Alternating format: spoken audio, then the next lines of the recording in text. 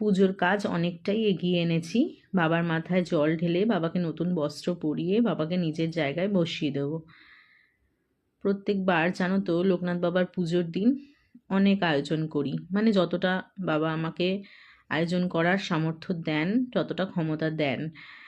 একটু পোলাও, বাবা যেটা সবচেয়ে ভালোবাসেন সেদ্ধ ভাত, অনেক রকম ভাজা, পনির, আলুর দম, মানে যতটা আমি পারি আয়োজন করি। কিন্তু এবছর না, আর সেসব করিনি।